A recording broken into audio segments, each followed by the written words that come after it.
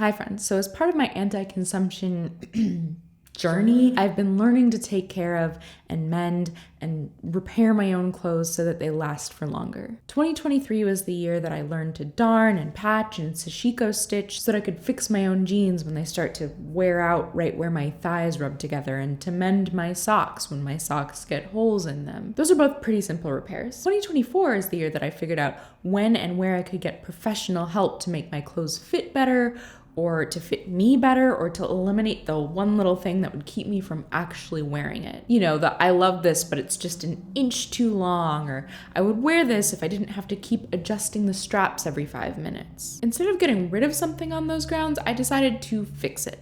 So here's everything I did to fix my clothes this year. Let's start with the stuff that I did myself. I darned several socks. I also did a very messy practice darn on a pair of oven mitts where the stuffing was kind of coming out. And I was planning on getting new mitts after I practiced, but I liked how it turned out so much that I kept them. I bought a pair of vintage pants from the 90s, Liz Claiborne's for those in the know. The button was barely hanging on, so I sewed on a new one, and it took all of 5 minutes to do. This hat came into my life entirely by accident.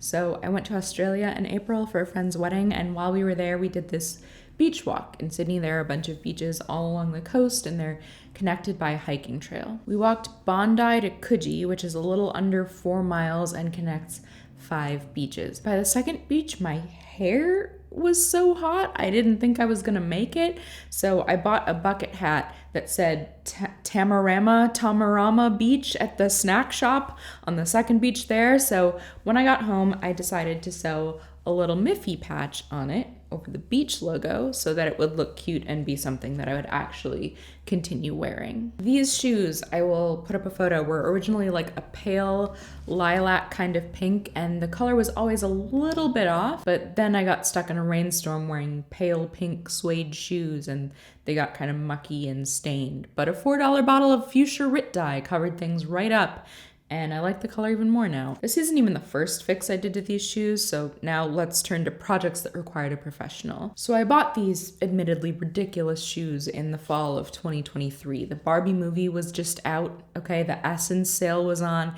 and I got caught up in a fantasy self. I didn't end up actually wearing them out until months later because they're not super practical for New York City winters. But then at the start of the year, I cataloged all my clothes in an app and had a stylist go through and make outfits with them. There's a whole video about that linked up here. But the stylist made me a few outfits that I really liked out of these shoes. The weekend that video came out, I wore one of the outfits to a friend's birthday. And as I'm walking off the subway to the party, truly first time I've ever worn these shoes out of the house, the strap ripped off. I ended up walking in my sock feet on the Manhattan sidewalk to a Goodwill a couple blocks away to buy a different pair of shoes. And then I took these to the cobbler. My cobbler is a grumpy old man named Bob, and Bob gave me a whole lecture about how these shoes are poorly constructed because they have this like flat bottom and it doesn't have any upward curve in the toe. So when you like step, it puts too much pressure on the straps, and the straps were just always gonna rip. And the shoe manufacturer should have known that and should have never designed things that way. He stitched them up for me and put like an extra piece of leather on the inside all the way around to reinforce them on both shoes. So I've never had them tear again. Other things that Bob did for me include sew this strap back on this bag that separated right here after 12 years of wear. He also put new tread on these sandals after I wore the original ones clean off. Now, besides cobbling, I am pleased to announce that this is the year that I finally found a tailor that I like in New York, a shop called Eva Joan. It's not where I live at all, but it's worth going there because their focus is on repairing and reworking, and I've like never had them tell me that they wouldn't do a job because something would be cheaper to rebuy than to fix, or the fix was too complicated, and they indulge all my weirdest ideas. So they have done some straight alters for me. They hemmed these pants, they took in these 2 skirts at the waist. You can kind of see where they did it right here. They cropped this sweater because I just didn't want it to be as long. I have a very short torso.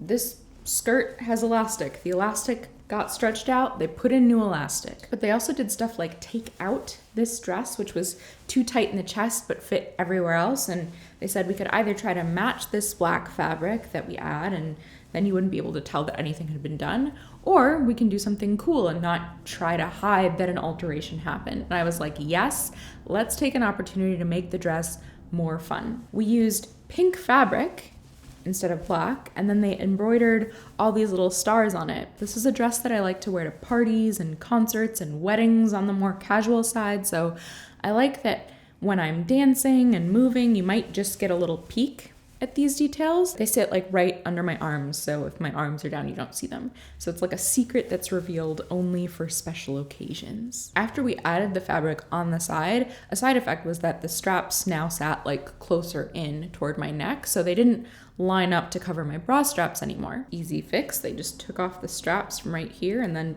scooted them back out again. So now I can wear this dress with a bra again without it showing. Then my favorite project of all this year is that I took in a leather jacket. You will have seen it on this channel before. I bought it in early 2020, ripped the leather sleeve on my very first day out wearing it. I wonder why this keeps happening to me, but I've temporarily fixed that rip twice, first with safety pins and then with a stick-on patch. But over the years, I've collected a bunch of patches and pins from local vintage stores and Etsy and artists that I follow on Instagram, and I had the talented embroiderers at Eva Joan sew them all onto this leather jacket. This was the longest and most expensive project that I did because sewing leather is very hard, but they completed it in time for me to pick it up on my birthday this year, so I consider it like my birthday present to myself. And Jesus Christ, this is fucking cool, okay? Look how cool I look wearing this. All the wear and tear from this jacket got intentionally incorporated into its design. I have patches on here that relate to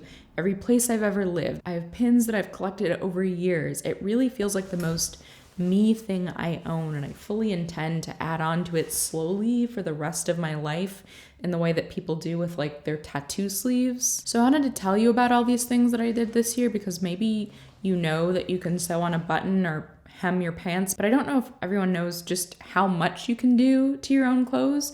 If you don't like where a strap sits, you can move it. If you don't like the color of something, you can change it. You can bring things in or out as your body changes, and you can make your clothes tell a story about who you are. This has been a really rewarding year of making my clothes work for me instead of the other way around, and I'm so glad I spent the time and effort learning how to do that.